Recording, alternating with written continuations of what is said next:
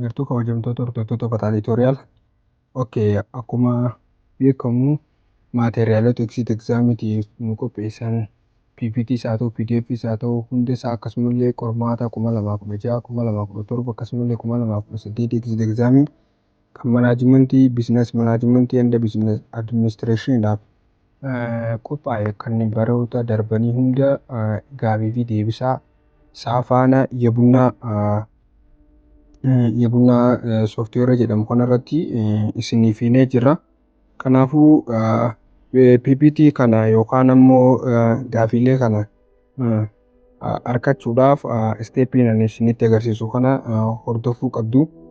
Tokkoffaa irratti fakkeenyaaf liinkii asirratti mul'atu kana liinkii kana gadi cuqaastu. Liinkii kana eega gadi cuqaastanii booda eessa isin geessa kallattumaan iddoo kana isin geessa. Amma fakkeenyaaf exit exaamii bara 2007 kan sanee lama kenname paartii 1, paartii 2 fi paartii 3 ni jira. Amma fakkeenyaaf paartii 3 barbaadee jalqaba irratti maaliin godha eegaan liinkii isarratti keessatti booda yookaan ishii baay'eetu tola baay'eetu kun irratti eegaa kiliik godhe booda maqaa keenya gaafata. Ani kanii fi kafaltii isin gaafatu iddoo kanatti teeleebirriidha. Teeleebirrii waan ta'eef maqaa teeleebirrii keessanii fayyadamtu. Fakkeenyaaf asirratti teeleebirriin kee maqaan kee Caalaa yoo ta'e Caalaa jettee katabda. Akkasumallee bilbila kee 9 kan teeleebirrii irraa qabdu kan teeleebirrii ittiin banattisan 925 jettee bilbila keessan guutaa jechuudha. Eega bilbila kee guutte booda maal jettaani pay now fayyadu kana tuutu sana duraa eega tuutan booda buusan iddoo kana isiniif ta'a jechuudha.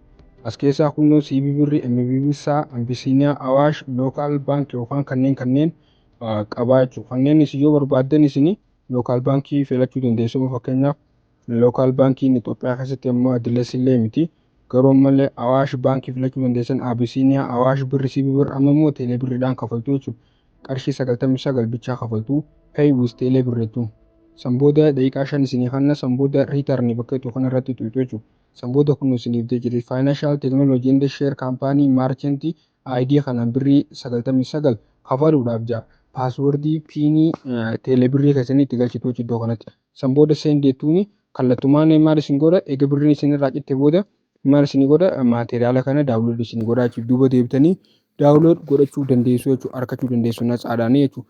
Kanaafuu birrii 99 bichaa kafaluudhaanii maali nullee jajjabeessitu akkasumallee maateriyaalota kana bifa gaarii ta'een argachuu dandeessu jechuudha.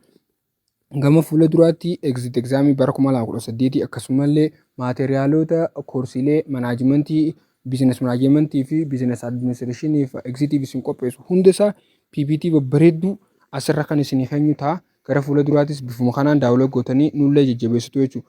Birrii 99 kafaluu bichaan gadi buufattu jechuudha. Galatoomaa tooftaa kanaan gabbuustanii nullee fayyadanii ofillee akka fayyadamtanii isin jaa kanuma nagaatti.